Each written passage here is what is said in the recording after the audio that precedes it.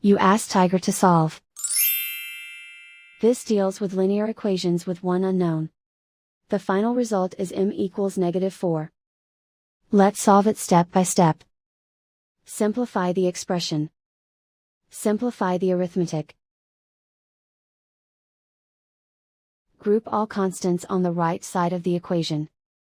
Add 8 to both sides. Simplify the arithmetic.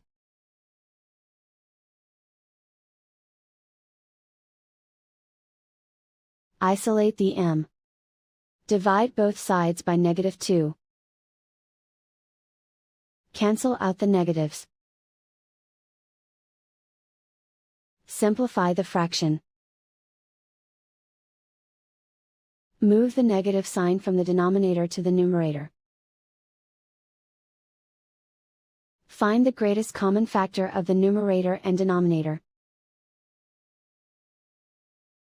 Factor out and cancel the greatest common factor. And so the final result is m equals -4.